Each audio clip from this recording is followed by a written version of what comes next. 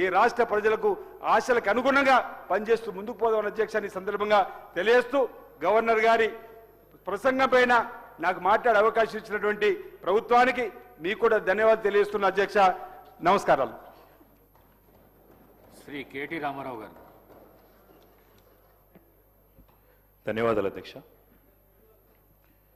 గౌరవనీయులు మన రాష్ట్ర గవర్నర్ గారు నిన్న ఉభయ సభలను ఉద్దేశించి వారి ప్రసంగం ఏదైతే ఉందో దాని మీద మాకు స్పందించే అవకాశం ఇచ్చినందుకు ధన్యవాదాలు అధ్యక్ష.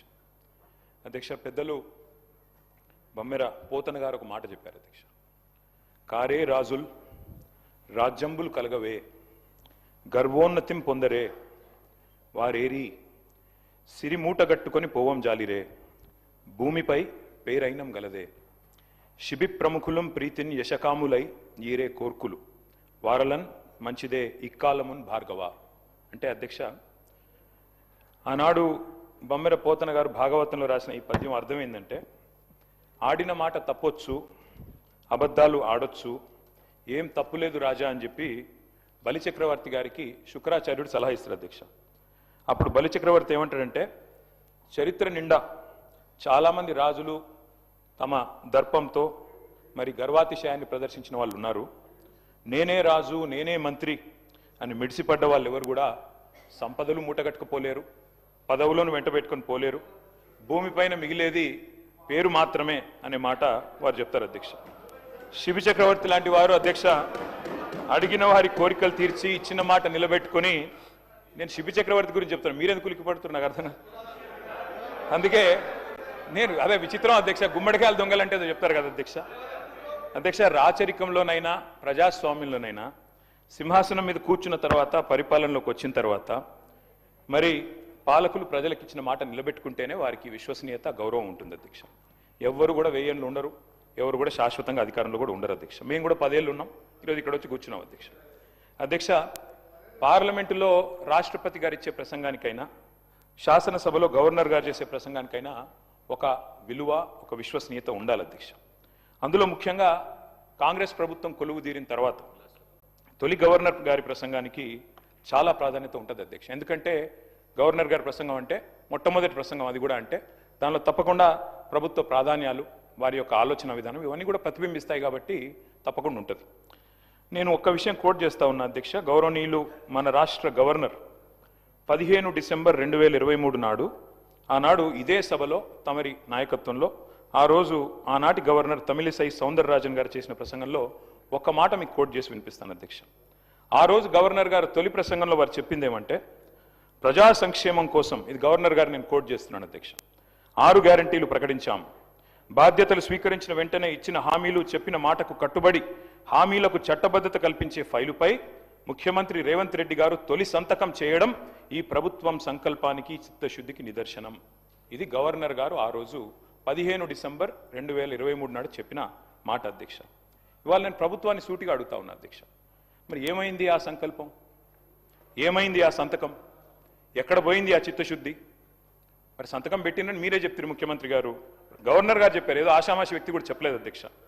ఆ తర్వాత అధ్యక్ష 2024 గవర్నర్ ప్రసంగం అయిపోయింది, 25 అయిపోయింది, ఇప్పుడు 26 కూడా నిన్న అయిపోయింది అధ్యక్ష. మరి ఇన్నేళ్ళైనా కూడా సీఎం గారు సంతకం చేసిన ఆ ఫైల్ ఎక్కడ పోయింది అధ్యక్ష? 28 నెలలుగా గడిచిన ఆ ఫైలు ఎక్కడ మాయమైంది? కాకెత్తుకపోయిందా, లేకపోతే FSL అగ్ని ప్రమాదంలో కాలిపోయిందా, లేకపోతే మరి విచిత్రమైన విషయం అధ్యక్ష, ఇది ఒక గవర్నర్ గారు చెప్పిన మాట కాదు, ఇది మీ బాస్ రాహుల్ గాంధీ గారు చెప్పిన మాట. తొలి క్యాబినెట్లోనే 6 గ్యారంటీలకు చట్టబద్ధత కల్పిస్తాం.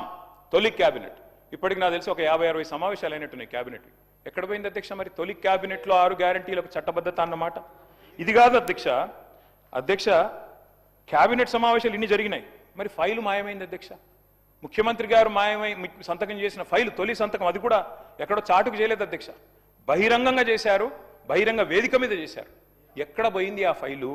ఇవాళ నేను ప్రభుత్వాన్ని డిమాండ్ చేస్తా ఉన్నా అధ్యక్ష, ఆ మాయమైన ఫైలు ఆచూకీ కోసం స్పెషల్గా ఒక సిట్ ఏర్పాటు చేయాలని చెప్పి నేను డిమాండ్ చేస్తా ఉన్నా అధ్యక్ష. ఎందుకంటే మాట్లాడితే సిట్టు అధ్యక్ష, గవర్నర్ గారిని, అట్లాగే పవిత్ర సభని, అట్లాగే మొత్తం రాష్ట్ర ప్రజల్ని ఇవాళ మోసం చేసి గవర్నర్ గారి ప్రసంగానికి విలువ, విశ్వసనీయత లేకుండా చేశారు అధ్యక్ష. మొదటి ప్రసంగానికి విలువ లేకపోతే మూడో ప్రసంగానికి ఏముంటుంది అధ్యక్ష విలువ? నాకు అర్థం కాదు. ఏం చెప్పారు అధ్యక్ష? నిన్న ముఖ్యమంత్రి గారు మాట్లాడుతున్నారు అధ్యక్ష బయట. ఏమంటున్నారు? జీరో వాల్యూ చేశాను ప్రజల ఆస్తుల విలువ కొంతమందిది అని చెప్తున్నారు. అధ్యక్ష, ఇవాళ జీరో వాల్యూ దేనికి ఉందంటే ఈ రాష్ట్రంలో ముఖ్యమంత్రి గారు చేసిన తొలి సంతకానికి జీరో వాల్యూ, ముఖ్యమంత్రి గారు చేసిన సంతకం ఉన్న తొలి ఫైలుకు జీరో వాల్యూ, మీ గ్యారంటీ కార్డులకు ప్రజల దృష్టిలో జీరో వాల్యూ, మీ డిక్లరేషన్లకు ప్రజల దృష్టిలో జీరో వాల్యూ, మూసీలో మీరు ముంచుతున్న ఇళ్లకు కాదు అధ్యక్ష, విశ్వసనీయత కోల్పోయిన మీ ప్రభుత్వానికి ఇవాళ ఈ ప్రజల దృష్టిలో జీరో వాల్యూ ఉందన్న మాట నేను విజ్ఞప్తి చేస్తా ఉన్నా అధ్యక్ష. అధ్యక్ష, ఇదేదో నా కవిత్వం కాదు అధ్యక్ష, ఇదిగో మీ కాంగ్రెస్ పార్టీ ప్రచురించిన బ్రహ్మాండమైన ఫుల్ పేజ్ అడ్వర్టైజ్మెంట్ అధ్యక్ష. 6 గ్యారంటీల మీద ఏం చెప్పారు అధ్యక్ష? ఇందులో నేను చదివినిపిస్తా అధ్యక్ష. ప్రతి కుటుంబానికి ఇగో ఫస్ట్ ఆఫ్ ఆల్ 100 రోజుల్లో నెరవేరుతుంది ప్రతి గ్యారంటీ. 100 రోజుల్లోనే అధ్యక్ష. అదే సినిమాలకు శతదినోత్సవం చేసినట్టు ప్రభుత్వం వచ్చిన 100 రోజుల్లోనే అన్ని గ్యారంటీలు నెరవేరుస్తాం. ఇంకోటి చెప్పారు అధ్యక్ష ఇందులో గంభీరమైన మాట. కాంగ్రెస్ గ్యారంటీలతో అందే ప్రయోజనాల విలువ 2,50,000 ప్రతి సంవత్సరం ప్రతి కుటుంబానికి. మరి 2.5 ఏళ్ళైంది అధ్యక్ష. ఒక్క కుటుంబం చూపెడతారా ఈ రాష్ట్రంలో? 2.5 లక్షలు అందుకున్న ఒక్క కుటుంబాన్ని చూపెట్టే సత్తా ఈ ప్రభుత్వానికి ఉందా అధ్యక్ష? ఇది మీ ప్రకటన, నాది కాదు. మీ పార్టీ ఆ రోజు ఇచ్చిన ప్రకటన 2,50,000 రూపాయలు ప్రతి సంవత్సరం ప్రతి కుటుంబానికి అని మీరిచ్చిన మాటకు విలువ ఉందా? అందుకే అంటా ఉన్నా అధ్యక్ష. అని మరి 2.5 లక్షలు అంటే 2.5 ఏళ్ళకి ఈ పార్టీకి 6 లక్షల పైసలకు రావాలి. కనీసం 2.5 వచ్చిందని నేను అడుగుతా ఉన్నా అధ్యక్ష. అధ్యక్ష, నేను అనుకున్నాను మరి గవర్నర్ గారి ప్రసంగం ఈ 28 మాసాల ప్రభుత్వ వైఫల్యాలు సాకల్యాలు అన్నిటిని కూడా మరి యథార్థంగా సమీక్ష చేస్తారేమో, ఏమైనా చెప్తారేమో, ఏమైనా చిన్న చిన్న పొరపాట్లు ఎందుకంటే ప్రభుత్వం వచ్చినాక జరుగుతాయి, సర్దుకుంటారేమో, ఆత్మవిమర్శ చేసుకుంటారేమో, ఫలానా పొరపాటు జరిగింది కాదు భవిష్యత్తులో సవరించుకుంటామని చెప్తారు.